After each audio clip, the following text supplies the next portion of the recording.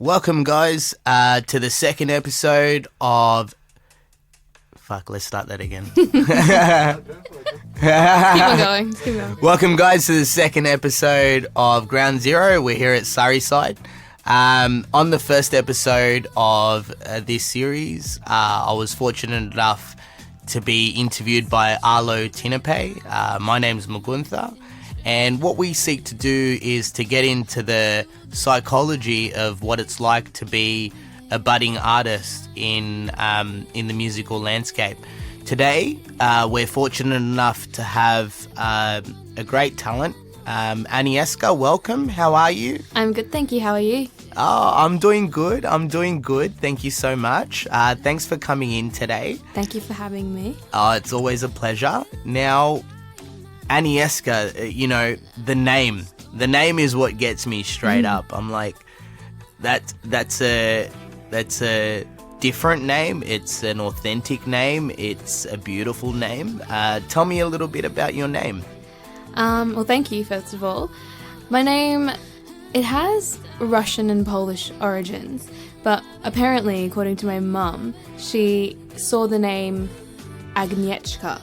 So it's got a G and a CH in there, and she didn't like that. So she took the name and she kind of sat down and played around with it, and she came up with Anieszka, and she put a Z in there because she really wanted it to look pretty when she wrote it out. So the Z's silent, but yeah, Anieszka. That's how my name was born. Wow, that's amazing. That's a lot of foresight from your mother. I know. Because as I said, I looked at your artist profile, some of the album art that you have online, and it's very beautifully written, Thank you. visually, and phonetically it's amazing as well. Now, as we begin, we're gonna get into a lot of, I guess, different topics here today. But why don't you tell me a little bit about how music started for you, how sound started for you, your love affair with music. I know it sounds cliche, but I honestly feel like music was just kind of born in my blood with me the same day that I came onto this earth. It just feels so natural. I used to just, I remember my mum and my sister and my brother would say that even as a child, as a baby, as soon as I'd play music, like my hands would start moving and rhythmically as well, so to the beat. So I think it's something that I really believe that we're all born with a purpose and a path and a gift, and I guess that was just kind of mine. And ever since I was little, I loved music. I grew up listening to a lot of different kinds of music, so everything from R&B to reggae, old school classics like obviously like MJ and whatnot. But I just always kind of felt the essence of each song, regardless of its genre. I always listened to the lyrics as a child as well, so it always was much more to me than just, oh, this sounds good. I could just feel it through my body, and I always say this, but in my soul as well, because it literally just spoke to me, and that's when I realised, okay, well, this is what I want to do. And I knew I wanted to do music since I was the age, I think it was 2 years old that I was like just starting out to like dance and sing. But when I was 8 years old, I said to my parents, I'm like, I'm going to be a singer and there's nothing else I want to do. And, friends and family would be like, no, you're going to change. It's going to change when you get older. It never did. Never did. Yeah, you stayed true to it. And you bring up that point of you feel like you were born into it, and it feels natural and it feels universal. And you say how, maybe your friends and family said, oh, Anieszka, it's going to change possibly. How has kind of family influenced your music and your friendships? How has that kind of impacted you as an artist? I'd say my family, it's definitely a big part of it, especially my brother, because I had a very close relationship growing up with him. There's quite a big age gap between us, but he always used to play a lot of music around me, and I always felt like it was part of who we were as a family. And also growing up, when I did decide that, this is what I wanted to do, which was basically, when I finished school, I said, I want to do music. I don't want to go to university. Yeah. My parents were fully supportive of it, and I actually made the decision myself to go study business. Brilliant. Which was my own decision. But they were like, oh, what are you doing? You should be doing music. And even till this day, they want me to make it. I think even more than I want to make it, even if that's possible. I don't know. I feel you. Yeah. So they have very big influence in my life and big support. That's beautiful. I think I was telling you in the corridors of Surrey-side when we first met.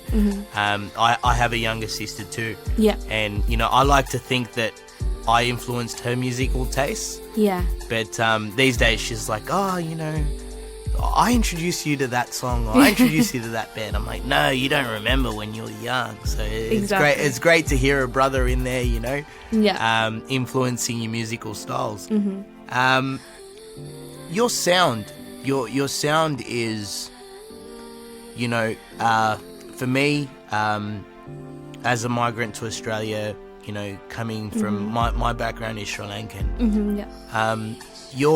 Your sound is very. There's a certain tranquility and peace and serendipity about, your sound.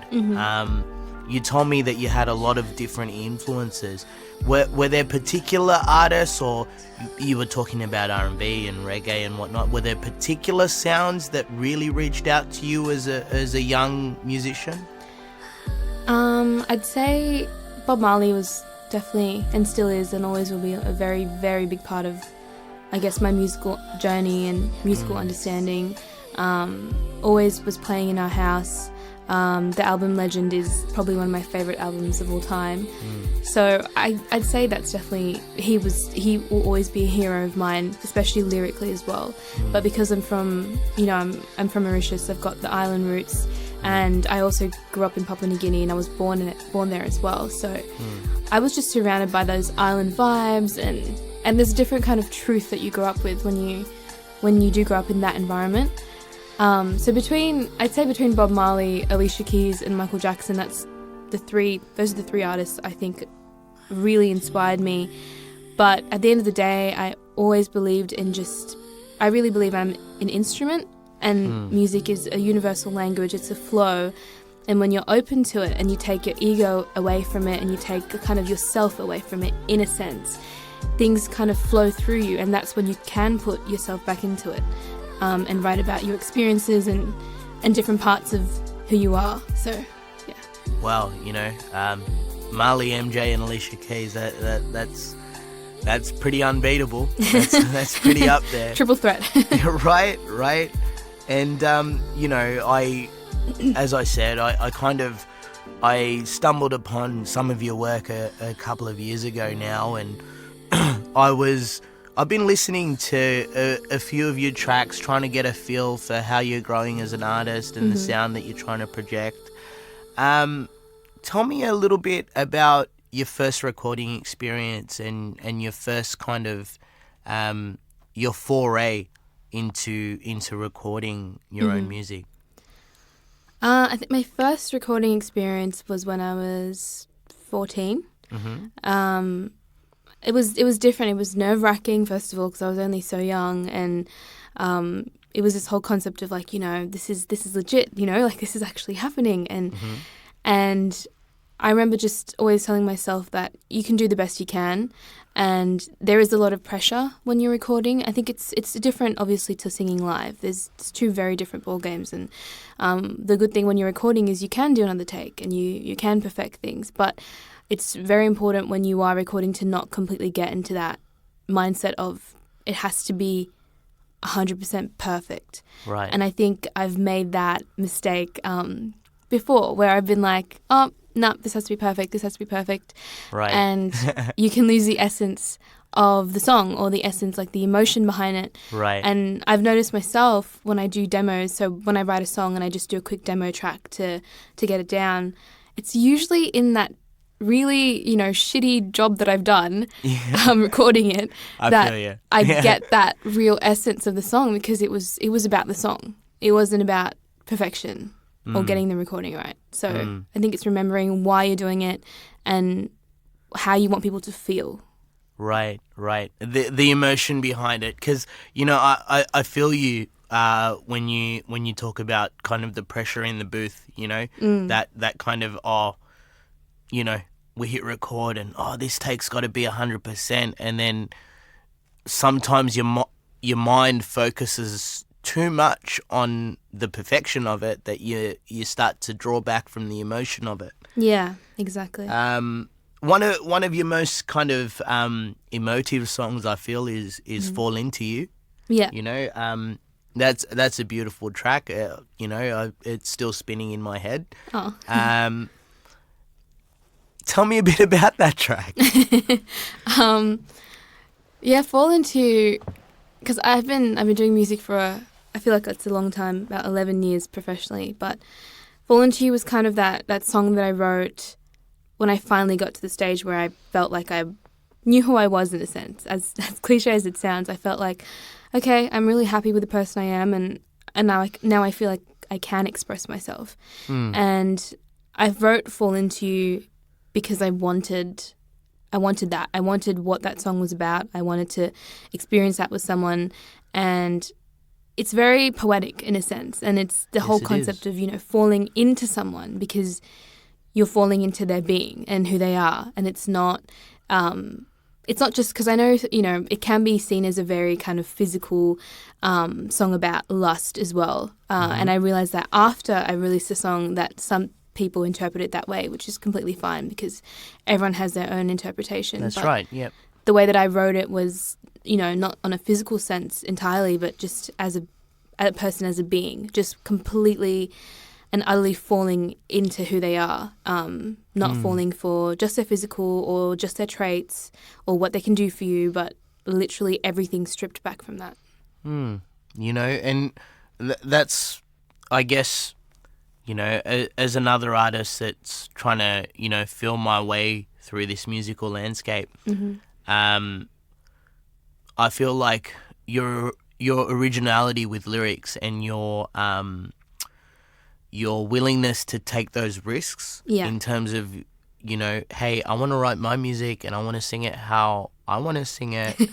And, that's really a brave thing to be doing these days. I heard you even kind of almost a little bit of rapping, a few bars there. That was on Vibe, wasn't it? Yeah. At the back end of Vibe, I was like, that's that's not Alicia, that's Lauren, girl. Like, what was going on there? Tell me about Vibe.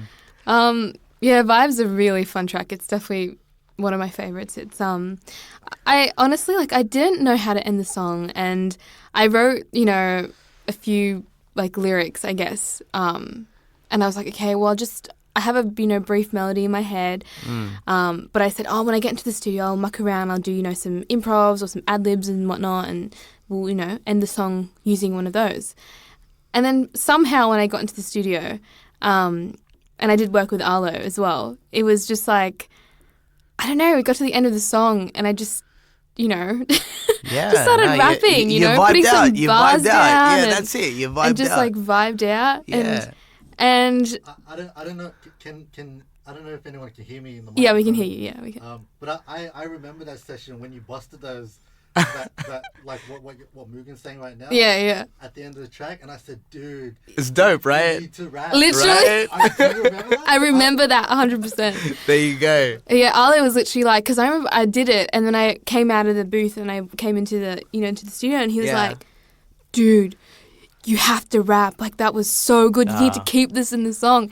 And I was so shocked. I was like, no, that was just a bit of fun, And then in the end, I ended up kind of warming up to it. And then when I sent it back to the producer for him to have a listen to, he was like, you need to do this. Let's do this. Let's release the song this way. And mate, that's why I call him the wizard. Yeah, literally. Arlo, it's wizardry. He knows how to, cultivate and encourage artists to explore other sides of their creativity. Couldn't agree more. When I heard that track, the first time, because I heard it a few times. Sorry, fanboying here, but when it came through the first time, I was like, yo.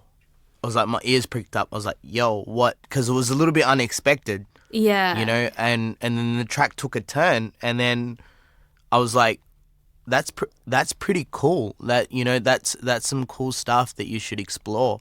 Yeah. In terms of, you know, obviously you've got a beautiful voice, you've got an angelic voice, you've got a penchant for singing really kind of catchy, you know, melodies. Mm-hmm. In terms of kind of lyricism, I know we talked about obviously Bob Marley and MJ and Alicia Keys. Mm-hmm. I wouldn't, you know, Alicia Keys is still with us and kicking it, but in terms of contemporary artists, Yeah. is there anyone that really resonates with you? Someone, you know, in terms of current artists today, are there artists that are really kind of, you know, doing it for you? Yeah, definitely. I think lyrically, I'm really feeling Georgia Smith at the moment. I think she's taken things to a new level because she not only has, you know, beautiful melodies and, you know, stellar voice, originality, but, you know, lyrically she goes to new heights. So I think she's definitely someone that I, you know, really find inspiring as well. Right. And melodically and, you know, vocally, I love her, Alina Baraz, Sabrina Claudio, Right. Daniel Caesar. I've definitely, I think, found the kind of music that inspires me. Not necessarily that I will make that exact kind of music, but it definitely inspires me. So when I'm playing it and I'm listening to it, I really feel what they have to say, and it kind of just takes you into that creative space, which is important to have artists that do that for you. Sure. And in terms of your own creativity and your own message, what do you feel is kind of the responsibility of an artist, you know, in this world of, you know, music today? It's such a turbulent kind of atmosphere. Yeah. There's a lot going on online, and there's a lot of, you know, the Internet of Things. So kids can listen to a lot of different things that their ears prick up to. Yeah. And what do you feel like is your mission and your aim and your musical kind of responsibility? I personally, I really feel like it's my mission or my purpose to connect with people. I think that everyone's entitled to their own taste and what they like to listen to, and that's fair. But personally, for me, like, I feel as an artist, I have, you know, you have the power to create something that can really change someone's life. And I really kind of ingrained that into my EP coming up and into each of the songs and even into the first single, Grow, because... Oh, wow. Yeah, that's the one. I love that one. Yeah. It's because it's not like it's not a song you just that talks about whatever or talks about love or right. in a romantic sense anyway, but I've really talked about things that matter in a sense, because I found the biggest thing for me with Grow, which has been an incredible gift to myself as well as other people, is that I've been referring to my own song for inspiration daily. So I think that's an incredible thing to do, not in a way that I'm like commending myself, but the fact that something was created that has affected me in that way, as well as other people. Yeah. Someone told me that they've been in a really bad place because they lost someone, they lost their father, and that Grow has actually taken them out of that darkness every day. Right. And I think hearing those words, it makes you feel like, you know what, I am following a purpose and I'm actually making a difference with the music that I make. I've got the tingles right now. You know, the na-na, sorry, I can't sing, but you know, na-na, that part, I was like, you know, I was really vibing out to that track. That was kind of, you know, again, you know, as we're coming into Surrey side today, I said, oh, you know, that track Grow, like, Yeah. I thought that was pretty special. And you're like, oh, wow, okay, it's a little bit, it's having a different response to some of your other tracks. And we're talking about kind of, sometimes when you put that real kind of gritty meaning behind a track, almost sometimes like the public audience might shy away from it because it's a bit too real, it's a bit too, authentic. But I think it's a special track, and Thank you. I want to see kind of you grow as well with your music, and I think it's a beautiful thing that you yourself and people that you associate with are gaining inspiration, from that type of music, because it's as a person that I don't typically listen to your genre of music, and stumbling upon it a few years ago and getting into it, it's something that kind of it's got a very special place for me as well. Oh, thank you. In terms of kind of musical advice that you may have received or given, you said you've been in the studio kind of since a young age. You've performed live. Are there any kind of specific, I guess, golden points of advice that have been given to you over the years, or is there anything that you could share with our audience? That's a very big question. It is. But, it's a tough question. I think the biggest thing that I've learned, and that I would say to anyone coming up or just getting into things, is not to be in your head so much. I think it's really easy, whether you're performing live, you're recording, you're writing, you're in a session. Like, you can get thrown into a writing session with a big producer and you're thinking about it and nothing comes out. So I think the moment that you trust in what your gift is, which does take you accepting that you have a gift, not from a, in an ego kind of way, or in like a, very self-centered kind of way, but just accepting that you've been given a voice to do something. That's right. Or an ability to do something. Yes. And trusting in that, I think that's when good things come. And it's taken me years to trust in my abilities, and to know that it's enough, and to know that I can do things. Yeah. And the minute that you do really truly believe in yourself and not let your head get in the way, or doubt, or other people, that's when you really start to live your truth and your music, really. That's beautiful. Like, just to paraphrase for our audience, that's Anieszka's just said, trust, belief, and truth, and I tend to agree with her. Anyone that's starting on their journey, just as we are here at Ground Zero, Anieszka's just dropped some bombs there. So some good ones. That's it, right? Good ones, right? Trust, believe it, and truth, and I think that for any young musician starting out, that's invaluable advice. Now, tell me, if you weren't making music, if you weren't in the studio, in the booth, grinding your lyrics, grinding your instrumentals, doing your craft, if it wasn't music, what do you think it would be? That's definitely a hard one for me. I mean, I've been at this since I was 8. right. Just flipping it, right? Yeah, of course. Right. I don't know. It'd definitely have to be something creative. I feel like I'm a flower that would just dry up if I didn't do anything creative. Yes. But I've dabbled in a few things. Like, I used to, when I was younger, I used to love fashion. So I wanted to get into like fashion, and then I did, a business degree, and I really wanted to get into marketing. Yep. But I don't know. I'd want to do something that, again, would make a difference, because that's how I see music and what I do. So it would have to be something that has at least the end goal, or even daily, has the ability to affect other people in a positive way. So you know, I think when I was younger, I even thought about becoming a teacher or something. Yeah, why not? You But, know, yeah. like a great profession, you know. Yeah, or I would say I'd probably become a writer though.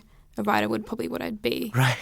So as I asked you that question, I was thinking about it myself. I'm like, oh, how would I answer that question? Yeah. And a bit similar. I'm like, look, I'd want to be creative. I'd want to be doing something, influencing something, trying to make a difference. Yeah. And, you know, the pen and the pad. And Yeah, you know, exactly. the writing, especially the way you write as well. Your lyrics are very authentic and natural. Thank you. So tell me, kind of, what do you see in your musical journey? Kind of what is the dream? What is the desire? What keeps the flame burning? I think it comes back to that whole really strong desire to affect people. It'll be obviously great to get this going and to be able to live off it. That would be like a very small desire of mine to just, you know, be able to live off this and do this every day. Yeah, 100%. But the bigger picture would be literally to just affect people, know that, you know, you can perform and do a big show and you've got everyone standing there in front of you wanting to listen to what you have to say because it connects with them. I think that's the biggest dream for me. It's not like I'm not doing this because I want to be famous or I want to be rich. Right. It's just, it really is about trying to connect with people. And I think that's the thing with my music these days. I'm not trying to be something or trying to be popular. I'm just being myself and writing what I believe in. And hopefully it connects with enough people to take off. Right. Yeah, you know, and that's something that I kind of, you know, with my finger on the pulse of other emerging artists kind of, you know, in Sydney and you know, different parts of Australia and abroad. I think that's something that a lot of artists feel. Yeah. And, you know, I definitely feel it. And yeah, you know, that's a reality for most of us. We don't do it for the, you know, the Glocks and Raris, so to speak. Yeah, You know what I mean? Exactly. It's more because we love it and we're passionate about it. Keeps us going. And if we are able to live a life through that, then so be it. And if not, we're going to do it anyway, right? Exactly. What's your favorite color? Blue, like a turquoise blue. Okay. And what was your first lyric that you wrote? Oh my goodness. This is taking me way back. Honestly, I can't even remember because I feel like I've written so many songs, but I have a feeling it was about a best friend. Okay. It was something about a best friend and how I don't remember. Best friend who was secretly a guy that you were crushing on? No. Because this is what happened to me last week. Like, Arlo just put me on the spot. He was like, yo, you know, what was it about? I'm like, oh, it was about a girl. You know, so It tell wasn't me, about was a it... best friend I was crushing. I think it was literally just about my best friend. Okay, cool. But I did, cool. obviously, you know, it's so easy to write. I don't about believe boys you, and by stuff. the way. Oh, okay. Well, maybe it was. I about- believe you. I believe you. Any ideas, kind of what your first lyric was, or what you were feeling when you wrote it, or, you know, like the circumstance around it? I do remember, like, I was about 7, I think. And I think I was just really happy with life. And I had a best friend. And I just remember, because I used to try and songwrite every day. I started from a very young age, and I, you know, used to come back from school and then I'd just sit down and I'd try write some songs. And it just used to be really, like, happy things because obviously I was just a 7-year-old kid. And I think it was just something along the lines of, you know, like, I have a best friend and, you know, she makes me really happy. It was just something so simple, and I came up with a melody for it at the time, and then I sang it to my mom and she was really happy with it. Yeah. And yeah, that's the beauty, I think, of when you're a kid and you do things like that because there's so much innocence behind it. Yeah. And it was literally just about my best friend that I had, and we used to do everything together at school, and yeah. That's cool. That's cool. Well, shout out to Anieszka's best friend. Thank you for inspiring a lot of this dope music that's coming out. Yes, shout out to my best friend from when I was 7. Look, there's something I want to pick your brains about. Now, technology is moving at light speed. Yeah. The Internet of Things, social media, there's a lot of different outlets to put music out there and as an audience to receive music.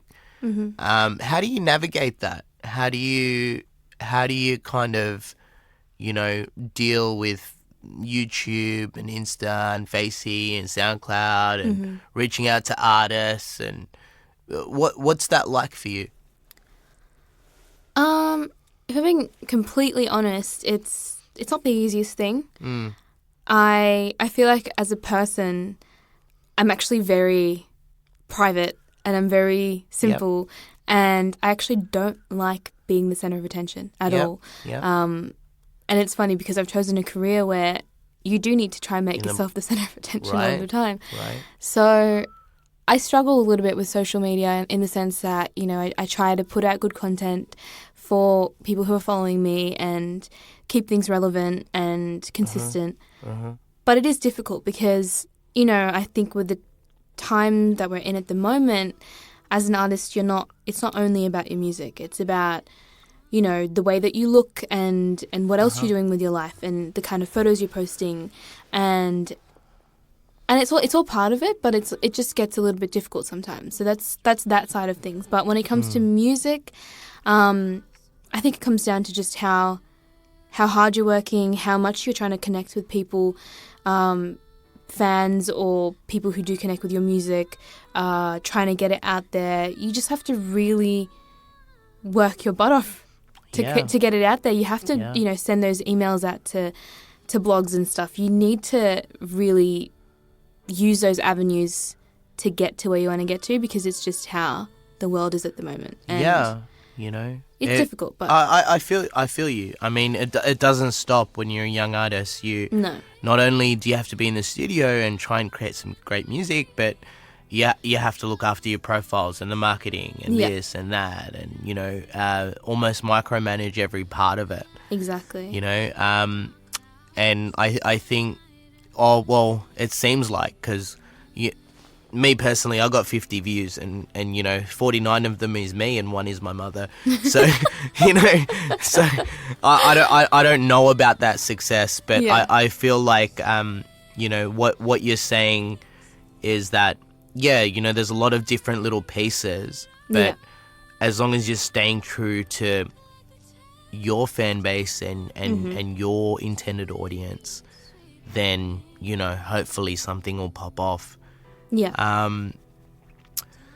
Have you kind of followed an artist and seen them progress kind of from a very the stage of artist infancy almost up to something great? Is there someone that you may have followed kind of, when they were just copying a couple of views or a couple of subs and you've seen them kind of progress? Is that something you've come across? I'm trying to think. I feel like I've definitely come across it many times. I'm trying to think off the top of my head. It's a tough question. I saw The Weeknd kind of go from like 20,000 views on a clip to suddenly, just taking over the musical landscape. Yeah, literally. Yeah, I think I would definitely relate to that with The Weeknd, because I feel like I was a fan of his way back when. Before he became this, incredible worldwide success. But I think it's on a very small scale, a much smaller scale. But I followed this artist on Twitter, and we used to talk a lot and really kind of motivate each other. And I was very young at the time, and I watched him, and he had a drummer as well. And we used to always talk, and they lived in the States and I lived here, and I felt like I knew them because we used to talk so much. And then they went on to do really amazing things. So the artist went on to work with Crucial Keys, which is the same people that work with Alicia Keys, and the drummer went on to produce for J. Cole. So yeah, exactly. So I think that was a really amazing journey to watch. Just to watch that, right? To kind of sit there and be connecting with those people on a regular basis and then see them reach those heights. And yeah, it's beautiful as well to see people that you know, whether you know them personally or not, but just people that you support get to their dreams. And I think like I've always been a really big advocate for supporting other people and having, you know, when they're successful, like that's something to be happy about. It's not something to be sour about at all. Definitely, you know, and you know, that idea, that kind of, you know, that starting from the bottom and working your way up and navigating that landscape and making something of it. Yeah. You know, that's something that we're all trying to do, and it's great that you have people around you that you've seen do that, because it's inspiring as well, right? It is, yeah, it really is. Sorry, talking about starting from the bottom. I thought you were going to start singing Drake for a second. Well, I am bringing up Drake, actually. I'm bringing up the cover. Yeah. Marvin's Room. Oh, wow, yeah. Right? You're doing a cover there. Now, look, Marvin's Room, that instrumental and the way he kind of, you know, I'm giving away my age. I'm old uncle here. No, but, you're not. You know, I was kind of, you know, cruising around the streets in Sydney, you know, in my early 20s listening to that. Mm-hmm. It's a beautiful instrumental. What was it about that you decided to kind of cover that? Because most of your stuff is original, but you cover that and you cover it well. Oh, thank you. And it's one of those tracks that I wouldn't have expected someone to cover, and yeah.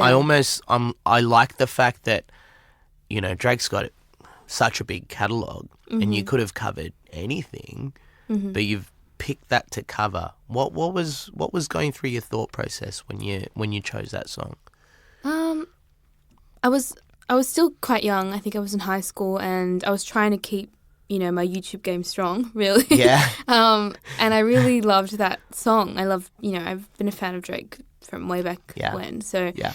And I do remember JoJo doing a cover of it as well. Yeah. And I love JoJo. So I listened to both their versions and I was like, you know what? I really want to do a cover of this. So I did do one, and then I added my own verse at the end because I actually wrote the verse at the end. Yeah, right.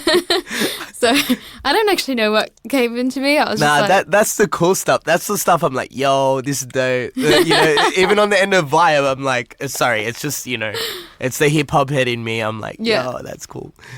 Yeah, I just kind of wanted to go in, you know, and be like, you know, get a little angry because...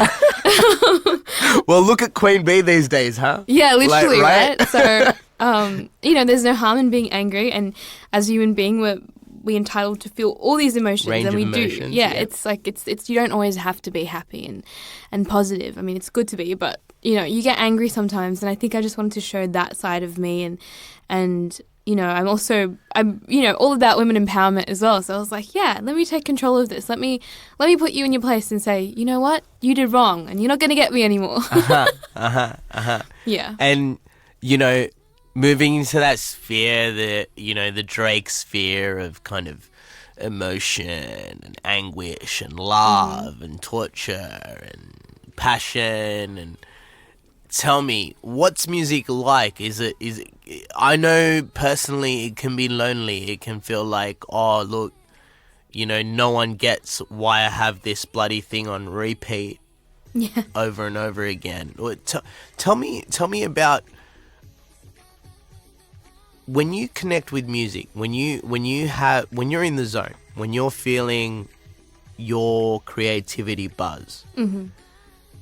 I'm assuming that can be quite a lonely, like not lonely, but a solo experience. Yeah. You know, an experience where it's almost like you and your deeper emotional connect and your consciousness. Yeah. Tell me a bit about that. Can music be lonely? Can singing be lonely? I think it can, and I think I've also struggled with that because, you know, I work my butt off every single day towards my dream, and I feel like I've sacrificed things, especially this year, to really, really try and get to where I want to get to, and it did mean, you know, pushing people away. not not for good, but in the sense that I don't see my friends as often and I don't actually have any fun. And I feel you, girl. yeah, exactly. You know, we feel each other as artists. We relate on this and on a very deep level, and it doesn't have to be a lonely road, and I feel like I've learnt that in a way, because I was putting all of my time into music, and I still put a lot of my time into music. I'd say about 90%. It shows, because you're making some great music, so thank you. that hard work shows. But go on. And it's worth it. But it's like, you need to remember, or actually you don't need to do anything, but I needed to remember that I want to have that balance, and I need to be around people I love, and I do want love in every respect, just as much as I want music, because for me they're one and the same. So for me personally, if I feel like I'm getting lonely or feel quite alone, that will affect my music, because I feel like I won't be able to produce the same quality as if I'm in a good space. Well, you hit the nail on the head when you said, hey, I want music and I want love, but I think that they're one and the same thing. Yeah. You're dropping gems, that for any young artists out there, take it from Anieszka today. Like, she puts in the time, she puts in the hard work. She's been doing this kind of, since a very kind of young age.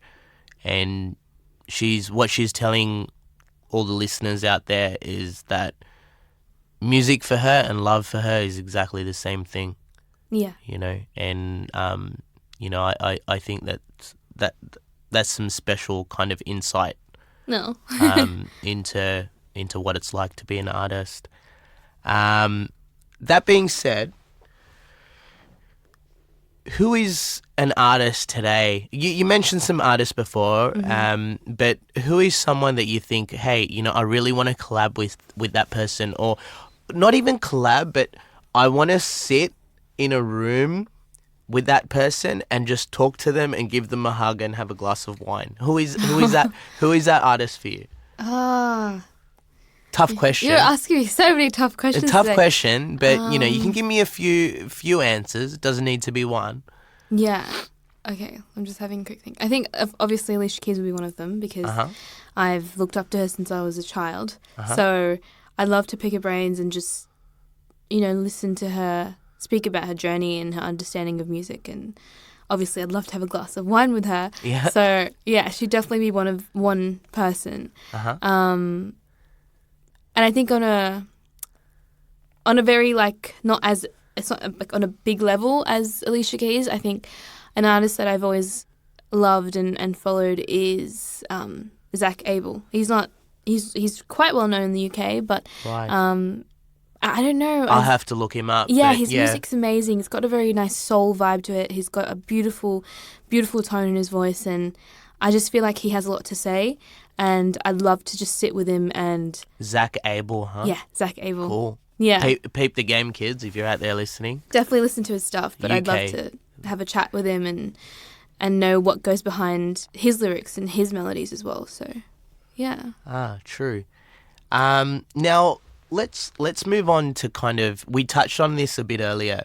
We talked about how when you're in the booth, when you're in the studio, sometimes you need to let yourself almost kind of relax a bit and realize that, hey, I've left my ego at the door, and it's not about that perfect performance. It's about creativity and building something. Yeah. Now, you've obviously performed live. Mm-hmm.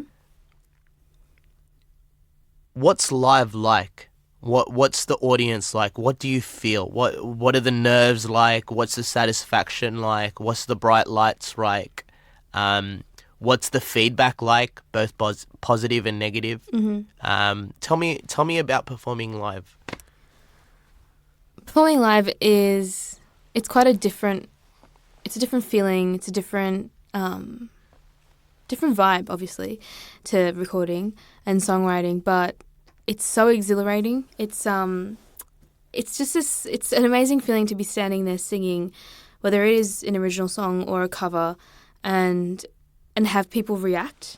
I think it's honestly one of the best feelings in the world. If they react well, of course. Yeah, right. If they're reacting like in a bad way, then I think it's obviously not the best feeling, but you learn from it. So. Yeah, I've had both. Exactly. I've had an audience kind of really get into it, and I've had an audience just look at me blankly, like, dude, what are you doing? Yeah, literally. I mean, it's all part of it, and you learn from it. But it is nerve-wracking, and I feel like personally for me, I have put so much time into songwriting for the past year and a half, and really hounded my skills in that sense. And I think that in doing that, it's been great.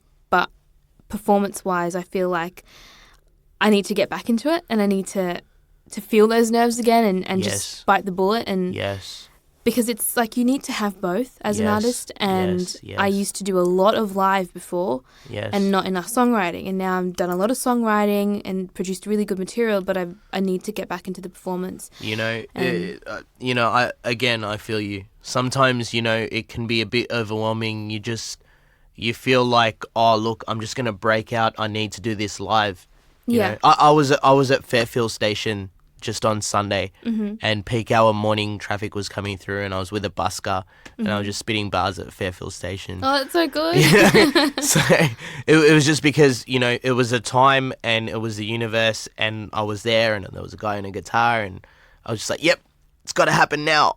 Yeah, no, that's and sick. Yeah, but it's nerve-wracking, It is. And a few people will look at you a bit funny, and I think some of my Sri Lankan aunties and uncles may have walked past and taken a quick photo to send to my parents, just to tell them that their son was a little bit, unhinged. But